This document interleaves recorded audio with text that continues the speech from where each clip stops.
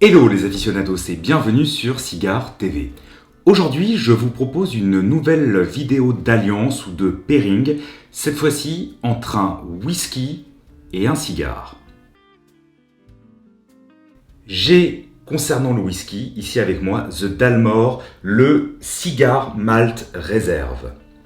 De l'autre côté, j'ai le Legend of Eight Cigars Karma.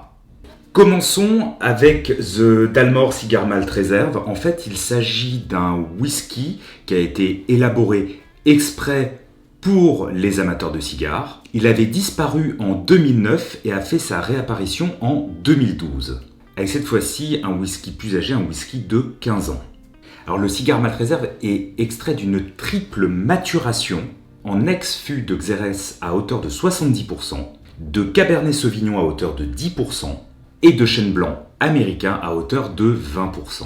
De l'autre côté, le cigare, le Legend of Eight Cigars, qui est un cigare disponible en France en provenance de la Suisse avec des plants de tabac du Costa Rica et des plants cubains. Oui, vous avez bien entendu.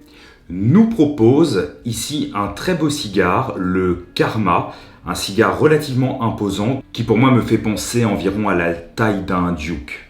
Alors, concernant cette marque, pour l'instant, elle est relativement confidentielle, mais je dois dire que pour avoir dégusté plusieurs de leurs cigares, et vous le verrez au cours de cette dégustation, je trouve que c'est un cigare très intéressant, et je voulais l'accompagner aujourd'hui d'un whisky pour essayer de trouver une alliance qui serait plus autour de peut-être de la confrontation entre un cigare rond, très rond, et la force d'un whisky.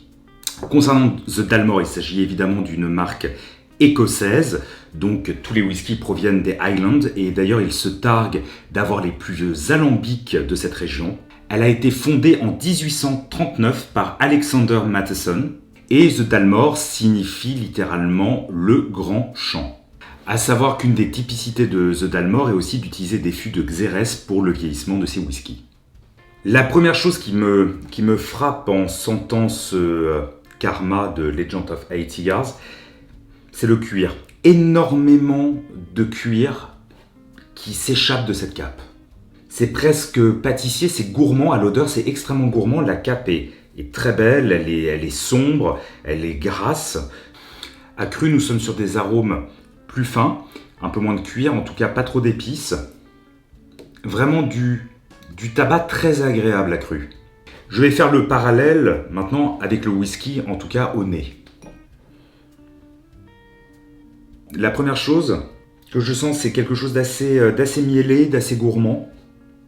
Quelques notes d'amande caramélisées. Alors je ne sais pas si c'est psychologique, mais j'ai l'impression que le fût de Xérès y joue aussi.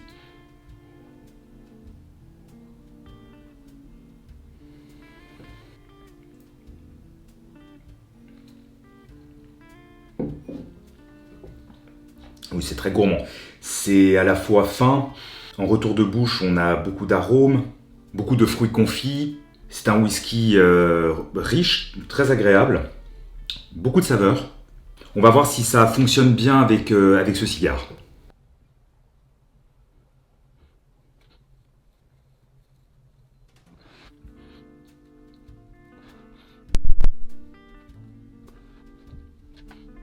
À l'allumage, tout de suite, un très beau volume de fumée. C'est onctueux. Évidemment, le tirage est absolument impeccable. Une légère petite montée d'amertume, mais vraiment insignifiante. On est sur des arômes tout de suite de cuir, un petit peu de cacao. C'est gras, c'est assez pâtissier.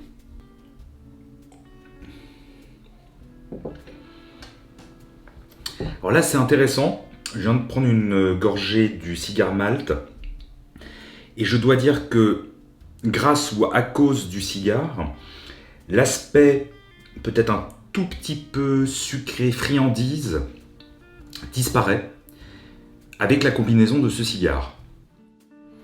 Alors je suis actuellement à environ 30-35% de la dégustation.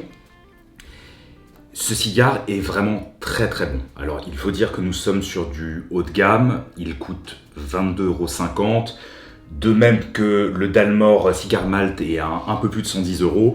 Nous sommes sur des produits d'exception. Mais là, je dois dire que vraiment, c'est extrêmement bien fait.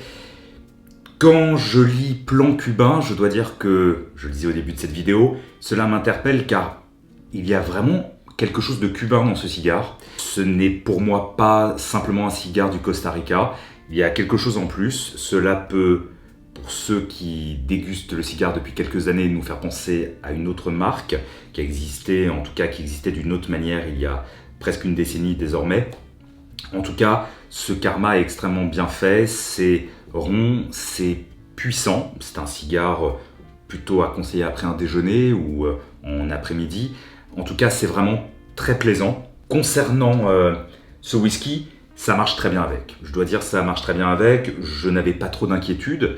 Mais en tout cas, là, actuellement, à ce stade de la dégustation, les deux fonctionnent à merveille ensemble. Comme je disais précédemment, le côté bonbon que l'on pouvait avoir sans mettre le cigare avec au moment de la dégustation a totalement disparu. Et au contraire, cette rondeur vient compléter le cigare. Nous sommes sur quelque chose, je pourrais même dire, de réconfortant en fait en dégustation avec ces deux protagonistes du jour. J'arrive désormais sur la fin de cette dégustation croisée entre le Karma de Legend of 8 Cigars et le cigare malt réserve de The Dalmor. Alors, je dois dire que ce pairing est à réserver aux amateurs de sensations fortes. Beaucoup de puissance, une très belle évolution, on est toujours sur des arômes autour du cuir, très légèrement de poivre, de cacao, c'est ample, c'est séduisant, c'est vraiment très bien fait. Accompagné de ce Dalmor Cigar Malt, ça marche extrêmement bien. Le seul bémol serait peut-être la puissance commune des deux protagonistes aujourd'hui. Il pourrait être intéressant aussi sur ce cigare de choisir un spiritueux plus léger ou même une liqueur. Inversement, un cigare plus fin avec moins de puissance pour ce cigare malt. En tout cas, indépendamment l'un de l'autre, il s'agit de deux produits que j'apprécie particulièrement aujourd'hui en dégustation. Amis aficionados, j'espère que cette vidéo vous aura intéressé. Si c'est le cas, n'hésitez pas à laisser un petit pouce vers le haut, ainsi qu'à la partager, à la commenter. Quant à moi, je vous donne rendez-vous très prochainement pour une nouvelle vidéo sur Cigar TV.